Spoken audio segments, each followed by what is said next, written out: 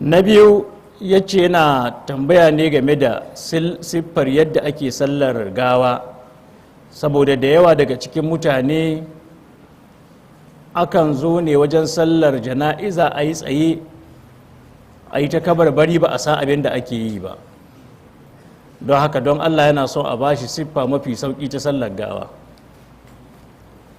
To babu shakka iri wannan matsala ce da ake koma makaranta ko zai fi kyau, amma duk da haka ba mamaki cikin minti biyu haka in suranta mishi yadda ake sallar, saboda sallah ce wadda ba mai wahala ba, amma kuma kamar yadda ya faɗi gaskiya ne da yawa daga cikin musulmi ba su san abin da ake ba, tsaye kawai suke idan ana sallar gawa, ko ba haka ba ne?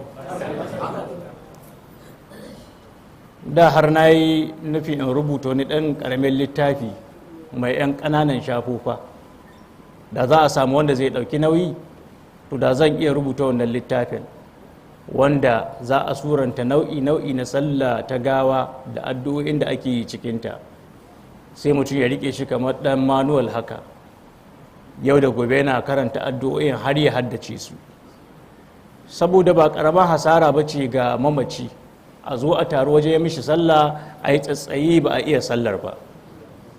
Ba ƙaramar rahama ba ce ya samu taro na waɗanda suka iya sallah su zo su yi mishi sallah. To daga farko dai zan ɗauki nau'in sallah mafi sauƙi yi bayani a kai. Mafi sauƙi akwai nau'o'a, amma mafi sauƙi ita ce sallah wadda za a yi da kabbarori hudu sa'annan a yi sallame. Za ka yi alwala kamar yadda kake sallolinka na farilla da na nafila, sa'annan a jera sahu a fuskanci alƙibla, kuma a jeranta sahu yadda ya kamata.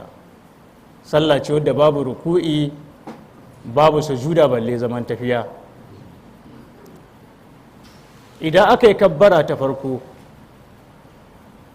za ka karanta fatiha. Akwai wanda bai iya karatun fatiha ba? Ta ga musulmi inda ba sabon musulunci ba ne, kowane musulmi ya iya karatun fatiha. Fatihar kurum ta isa. Sa'annan sai liman ya yi kabbara ta biyu. Idan ya yi kabbara ta biyu, me za ka karanta? Shi ne za ka yi salati annabi sallallahu alaihi wasallam, cikakken salati na ibrahimiyya.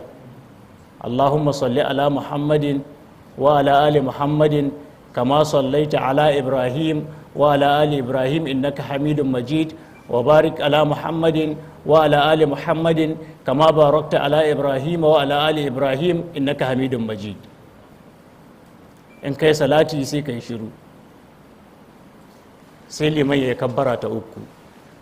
In ya kabbara ta uku, to za ka yi mamaci addu'a, za ka roƙa mishi Allah. Akwai addu'o'i ma'athurai waɗanda aka ciranto daga annabi sallallahu alaihi wasallam, tsakanin waɗanda suke gajejjeru da masu tsawo. Akwai wadda za ka ambaci har sunan mamacin ko ka roƙa mishi rahama. So a irin wannan dole sai ka je makaranta ka ce da Allah a rubuta maka addu'a wadda ake yi, a samu mafi sauƙi sai a rubuta maka, sai ka kwafi, sai ka riƙe kana bitawa haka haddace. Idan ai kabbara ta hudu ba dole sai ka karanta komai ba, sai batun sallama, shikenan sai liman ya sallame ka gama sallar gawa.